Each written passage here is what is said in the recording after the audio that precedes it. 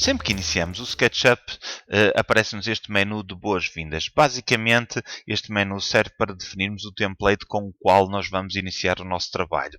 Temos vários templates disponíveis de acordo com vários parâmetros. O primeiro deles tem a ver com as unidades que vamos utilizar, se vamos trabalhar em metros, milímetros ou em polegadas, e depois o tipo de modelo que pretendemos criar, se é um modelo simples, geral, se é um modelo arquitetónico, se é um modelo de planeamento urbano, se é de arquitetura paisagista, etc. No meu caso, eu vou trabalhar com o modelo arquitetónico, seleciono Architectural Design e Meters e seleciono Start Using SketchUp. Portanto, esta é a interface do SketchUp. Temos aqui uma série de ícones e temos aqui o espaço de trabalho.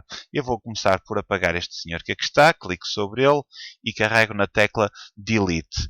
Uma das primeiras coisas é ver como é que podemos visualizar os nossos modelos. Eu vou selecionar Camera, depois tenho Standard Views e tenho aqui as 6 vistas ortogonais, vista de cima, baixo, frente, trás, esquerda, direita e a vista isométrica. Eu vou selecionar a vista isométrica e passo a trabalhar em isometria. Vamos desenhar um pequeno retângulo. Eu vou clicar nesta ferramenta, Rectangle, clico no primeiro ponto, portanto, clico e largo, e agora abro o retângulo até ali. Se repararem, ele não está desenhado de uma forma fluida. Porquê? Porque eu tenho este desenho configurado para desenhar de metro a metro. Aliás, se olharem para o canto inferior direito do ecrã, portanto, para este cantinho, verificam que as dimensões alteram-se de metro a metro. Isso pode ser alterado da seguinte forma. Portanto, eu vou aqui a Window, seleciono Model Info e na área Units desligo a opção Enable Land Snapping e agora quando for desenhar um retângulo já estou a desenhar de uma forma mais fluida, portanto, e consigo obter este resultado. Portanto, a partir do momento em que eu desenho um retângulo, eu estou a trabalhar com uma face e utilizando a ferramenta Push and Pull, eu posso deslocar essa face. Como? Clico aqui, ponho o cursor sobre esta face, se repararem, ela aparece toda aponteado, clico uma vez e agora arrasto o cursor para cima ou para baixo e no local onde eu quero fixar, basta-me clicar uma vez e dessa forma fixo neste paralelepípedo. Depois de criado o modelo, eu posso fazer a mesma coisa às restantes faces, aumentando, diminuindo, como eu muito bem entender.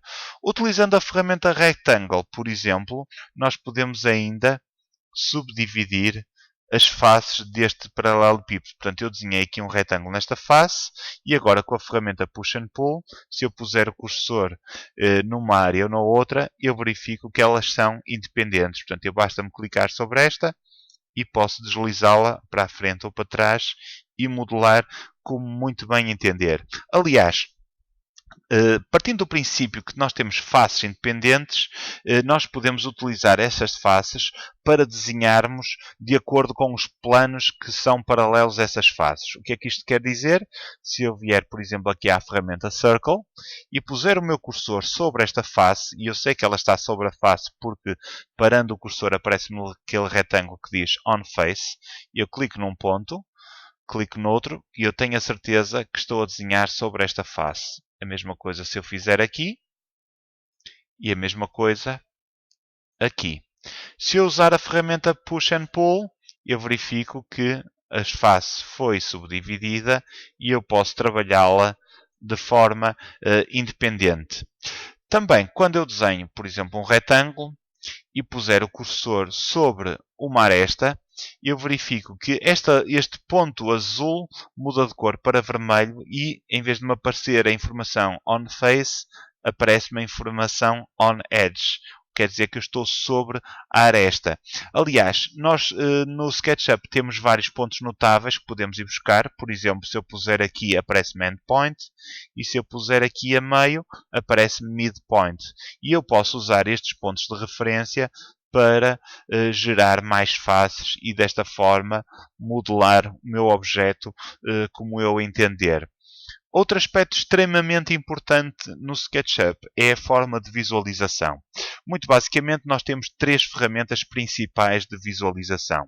Temos a ferramenta Orbit, que corresponde a este ícone, e que funciona do seguinte modo. Eu seleciono o ícone, o cursor muda-me de aspecto, e se eu carregar no botão esquerdo do rato e manter carregado, ele roda-me em função do objeto, portanto o visualizador roda em função do objeto de acordo com o movimento do rato. Para isso o botão esquerdo tem que estar permanentemente carregado.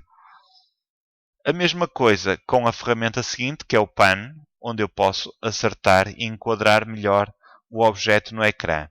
Depois tenho a ferramenta Zoom, que eu carregando o botão esquerdo do rato e indo para cima, ele aproxima. Se eu vier para baixo, ele afasta. Estas três formas de visualização podem ser muito rapidamente utilizadas através da roda central do meu rato.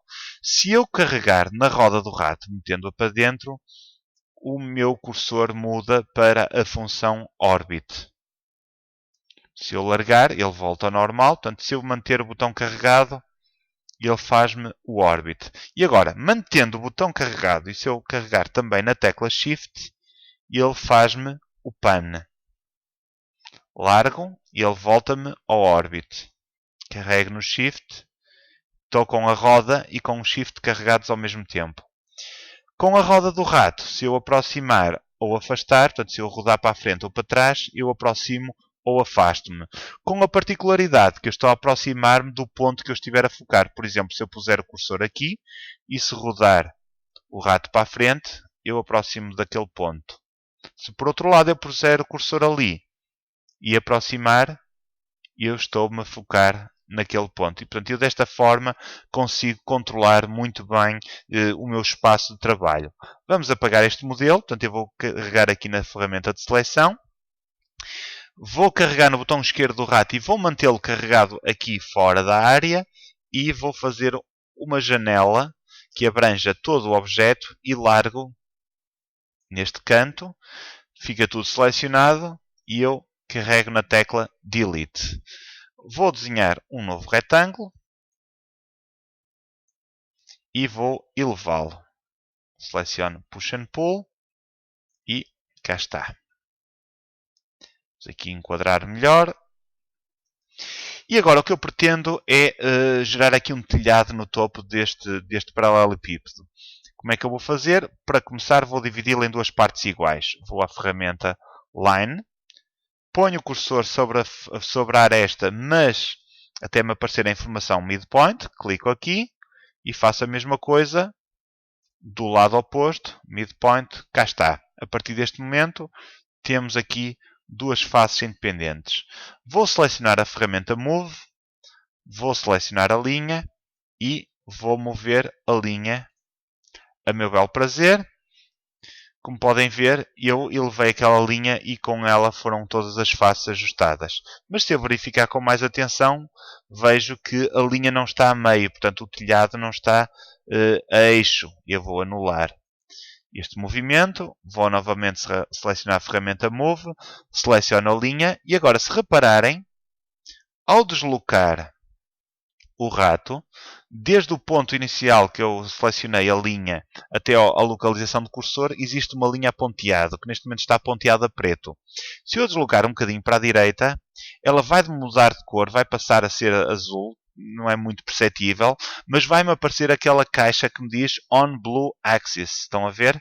Isso quer dizer que eu estou a desenhar, portanto, estou a mover esta linha de acordo com o plano paralelo, portanto, de acordo com um eixo que é paralelo àquele eixo azul. Ou seja, eu estou a mover na vertical e eu assim tenho a certeza que aquela linha está precisamente a meio. Portanto, eu estou a mover isto exatamente na vertical. Isto é uma ferramenta extremamente versátil porque me permite, por exemplo, através da ferramenta Line, eu vou desenhar aqui a partir da face e, se repararem, as linhas normais são pretas, mas se eu mover neste sentido, até ela ficar paralela ao eixo azul, ela muda de cor para azul. A mesma coisa acontecendo se eu mover no sentido paralelo ao eixo vermelho ou ao eixo verde. E desta forma, muito rapidamente consigo estar a desenhar em planos distintos e consigo ver isso facilmente através do Orbit. Mais uma ferramenta, a borracha. Funciona do seguinte modo: eu carrego no botão esquerdo do rato e agora passo por cima de todas as linhas sem largar o botão esquerdo do rato e quando largar as linhas desaparecem. Parece mesmo que estamos a utilizar uma borracha real. Vamos fazer agora aqui uma pequena chaminé. Portanto, vou pôr aqui o cursor sobre a face. Vou mover de acordo com o eixo azul. Agora de acordo com o eixo vermelho. Novamente de acordo com o eixo azul até me aparecer ali on face. E agora clico ali e tenho uma face. E agora com a ferramenta Push and Pull crio a minha chaminé. Portanto, e como podem ver, é muitíssimo rápido para criar uma figura deste tipo. Vamos pegar na borracha, vamos apagar novamente a chaminé e vamos fazer a chaminé de outra forma. Eu vou selecionar a linha, vou aqui ao cursor On Edge e levo-a sempre no eixo azul e vou sair do comando com a tecla Escape. Vou fazer outra linha, a começar aqui.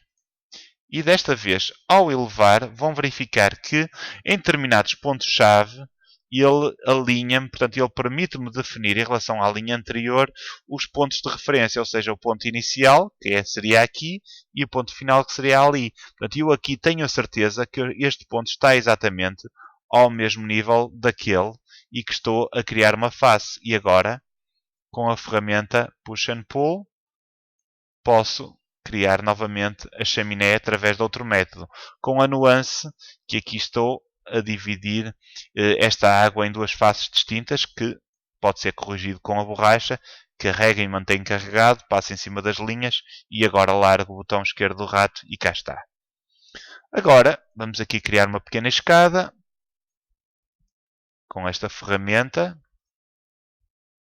portanto com a ferramenta Rectangle, Push and Pull,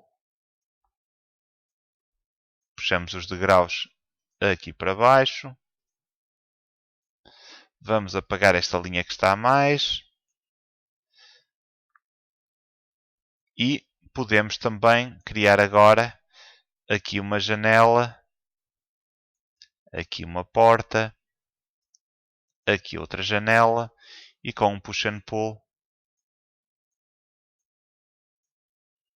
deslocar estas faces e agora, por exemplo, subdividir esta face aqui. Como podem ver, o SketchUp é extremamente rápido e versátil na criação do modelo tridimensional.